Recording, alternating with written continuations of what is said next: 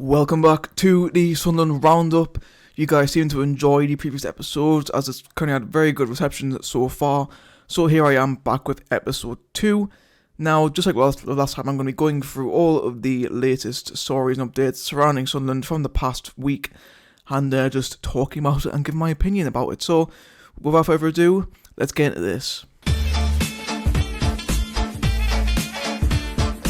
So I thought I would start this week's episode by going back off what I said last week about some stuff. So mainly I'm going to be talking about the Vipotnik and Ellis stuff, as there were pretty big topics in last week's episode. Now, as I mentioned, there was a rumour going around that apparently Vipotnik had chosen to go to Sunderland. Now, again, I did say that this was unconfirmed and might likely was bullshit, and, well, it was bullshit because Vipotnik has signed for Bordeaux in France for around about £3 million, so pretty sizable fee. And yeah, it looks like he's going to be Josh Madge's replacement, which is pretty interesting. I already went through Vipotnik's stats last time. He seems to be a pretty solid striker, up and coming.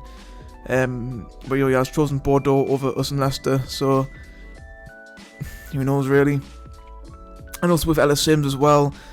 Like half of the fucking championship seem to be linked with Ellis, but it does look like he'll be signing for Coventry. Obviously Coventry are about to lose Victor Gyökeres, so Ellis probably will be his replacement. Looks as though it's going to be £4 million up front plus add-ons, which looks like will eventually reach £8 million, which is a lot of money. I want that for Ellis. I mentioned last time in last episode, I don't think Sims was worth the £4 million. Never mind the fucking money that Everton was asking for him. And it's a weird one though, because I've seen people on Twitter saying, "No, yeah, he probably is worth the amount of money because he's a proven championship goal scorer," which I really do disagree with a lot. Ellison, I don't really understand how he's a proven championship goal scorer when he's played 17 times in the championship, 17 appearances. Scored 7 goals. Like, how can he be a fucking championship proven goal scorer? But his fucking trajectory would have fucking went up to fucking 20 goals if he'd fucking played the whole season. But he fucking didn't. He was called half through last season. So I don't know if his Coventry fans are trying to convince themselves it's a good signing or what. I mean, don't get us wrong. He's a great finisher, Ellis, but if Coventry fans think they're getting a similar player to Gyökeres, they're fucking mistaken. Really are mistaken, because again, he's a great finisher, but his off the ball's absolutely atrocious. It just really is. And Gyökeres, you got to admit, off the ball he was absolutely superb.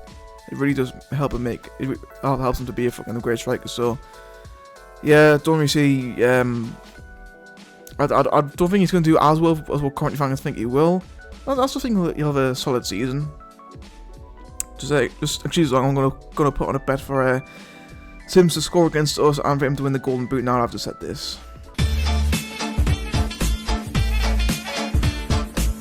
So on Monday it was announced that we do have a pre-season game confirmed at home against RCD Mallorca. Again another friendly at the Stadium of Light. Now Mallorca, solid team, they finished 9th in La Liga last season, so there's clear something about them. They finished ahead of likes of Sevilla, Celta Vigo and Valencia. And they were only 1 point behind Athletic Bilbao, who did qualify for the Conference League.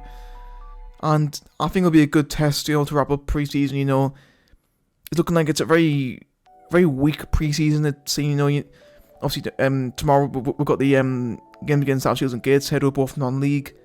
And we then got the tour in America against teams who aren't even in the fucking MLS. I think they're in the fucking second division in America, third division. So again, not really playing the very high caliber teams there, and then also obviously Hartlepool as well. It would get on non-league, so it wasn't really the most competitive preseason ever. But this game against Mallorca, it's a proper test.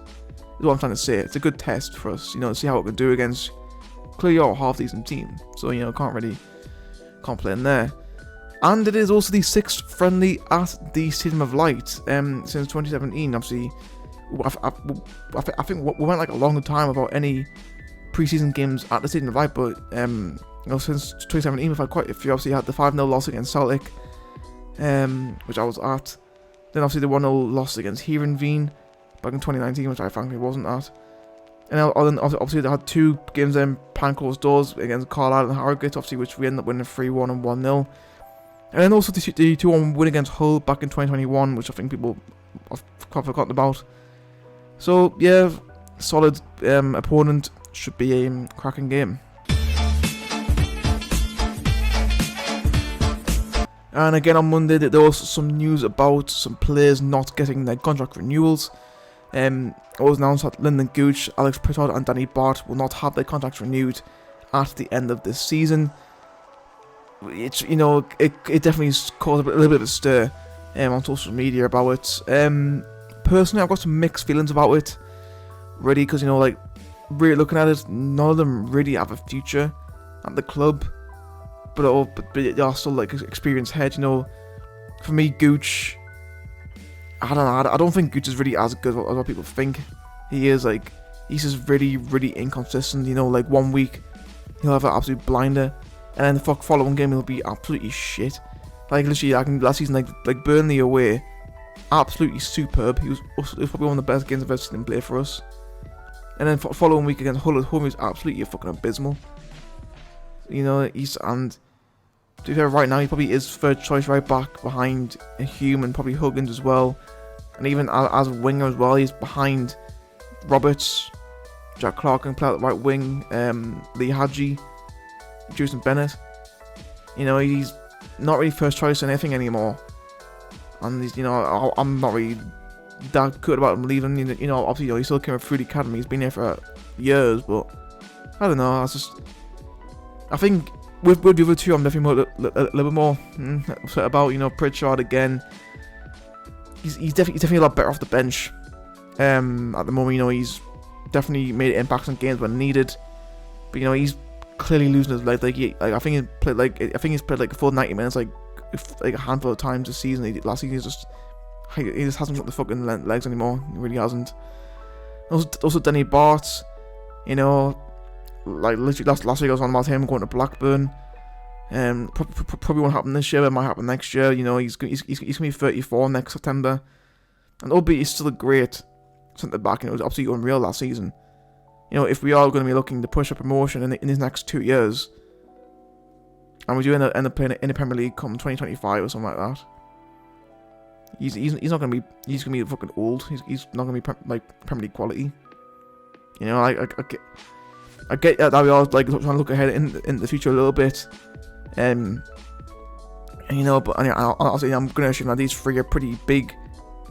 Are probably pretty big wages, but especially Gooch and Pritchard, I'd imagine in particular have pretty big high wages. So yeah, it obviously wouldn't help to get off the books a little bit, but you know, it is a shame to see them go, I suppose. But at the same time, you know, we've got to think ahead. Now on Tuesday, there was a leaked picture of this season's away kit, which caused a fucking meltdown. Honestly, like literally, I swear every year there's some sort of fucking up meltdown about at least one of the home or away kits, and they show the away kit. Fuck me, I've seen some people get some properly angry about it, and you know, it's basically as we expected it to be. You know, there were like loads of rumours that there was going to be like a pink and purple design, which it is. And yeah, people just didn't really seem to fucking like that for some reason. Like I just saw one bloke compare it to fucking seeing a bunch of fucking Mr. Blobbies on the pitch, which I thought was pretty funny. But yeah, I don't get why people get so fucking wound up about it. And honestly, it's fucking more the older fans actually who are getting more upset about it. Like of course you'll have people like people like my age, you know, constantly saying, "Oh yeah, when's it kicking me out? When's it kicking me out?" But it's most been the fucking older fans who've been fucking complaining about it, which is pretty ironic, I find, because they're usually the more like laid back ones. But you know, fucking hell, they've been obviously probably kicking off about it. And also it's funny as well because obviously the person who did leak it, you know, people were having to go at him for leaking it, because apparently, you know, he might get someone sacked because obviously they did leak it. But you know, to be fair, in my honest opinion, right, the club's probably in the best state it's been in for about 15 years now. That's 15, 16 years. You know, we're actually going in the right direction. You know, we've been used to just such shit for the last decade and maybe even beyond that. So obviously people are going to be used to fucking complaining about stuff, but honestly, why? Like, you know, we're actually in a good place. Like, obviously people just have to fucking find something to complain about, don't they? Like, honestly, like why can't we just be positive? Like, just be fucking positive. Like, don't get us wrong. Like, I'm not a fucking like Happy Clapper fan. Right? This channel's fucking won't clearly prove that I'm not a Happy Clapper fan, but I don't see why we should be getting wound up over the fucking kits. What we'll wear. Like, honestly, it's not gonna fucking matter. It really isn't. And then obviously both kits were released today. The home kit is spot on. Fucking love it. Definitely gonna try and cop that this season. And the away kit, I mean, I think the away kit, it's fine. It's not horrendous, but it's fine. It really will. But I think because we are going with a pink away kit, we probably are gonna have a third kit. Just because, you know, if let's say, you know, if we go to like Bristol City away, not gonna really be able to wear the pink kit or really, so probably I'm gonna have to like get a third kit for that one, maybe even Stoke away as well. That, you know, just depends. But yeah, I don't see the fucking hassle of it, to be honest with you. And then this one's pretty new, cause like this literally was broken like literally like an hour ago. I was getting my haircut while this was happening. I got a haircut, you know, fringe needs a little work on, but overall not too bad. But yeah, obviously during my haircut it was announced that they are changing the whole system for the black cap points. And obviously if you're not aware, the black cap points are basically just how people get early access to tickets for away games and stuff like that. And basically any black card points that you've earned from prior to the 2020-21 season are going to be gone. Which obviously has pissed a couple of people off, because obviously, you know, you got black card points saved up, and basically just any that you've got from prior to 2020 is just going to go. And obviously you got to check to make sure that the information on the e-ticket in the calendar you've got is up to date. Essentially incorrect, but you know, fine.